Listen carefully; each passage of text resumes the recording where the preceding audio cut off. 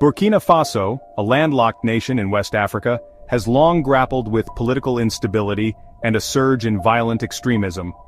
This turmoil reached a boiling point in September 2022 when a young army captain, Ibrahim Traoré, seized control in a military coup. At just 34 years old, Traoré became the world's youngest head of state, promising to restore security and combat the Islamist insurgency that had plagued the nation. His rise to power, however, marked another chapter in Burkina Faso's struggle for stability. Traoré's coup was not an isolated incident, it was the second such takeover in a year. He justified his actions by accusing the previous leader, Lieutenant Colonel Paul-Henri Sandaogo Damiba, of failing to effectively address the escalating violence. Traoré's takeover was met with mixed reactions, with some citizens expressing cautious optimism while others feared further instability. The international community, including regional bodies and Western powers, condemned the coup and called for a swift return to constitutional order. Despite these calls, Traoré consolidated his power, promising to hold elections and hand over power to a civilian government once the security situation improved. However, his timeline for a transition to democratic rule remained vague, raising concerns among observers about his commitment to relinquishing power. Traoré's ascent to power underscored the fragility of governance in Burkina Faso and the Sahel region at large.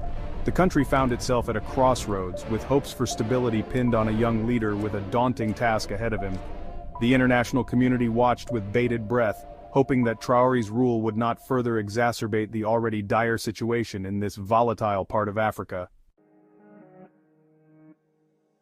Faced with the escalating threat from Islamist insurgents, Traoré embraced a controversial strategy, the mobilization of civilian militias.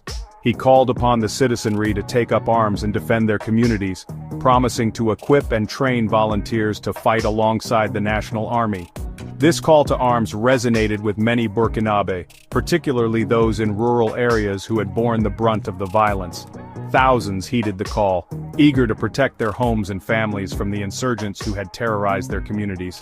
These volunteer fighters, known as Volunteers for the Defense of the Homeland, or VDP, became a significant force in the fight against terrorism.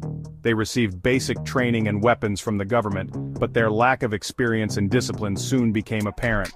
Reports of human rights abuses committed by VDP members began to surface, ranging from extrajudicial killings to looting and extortion. The situation grew increasingly complex as ethnic tensions became intertwined with the fight against terrorism. The VDP, largely composed of members from certain ethnic groups, were accused of targeting Fulani communities whom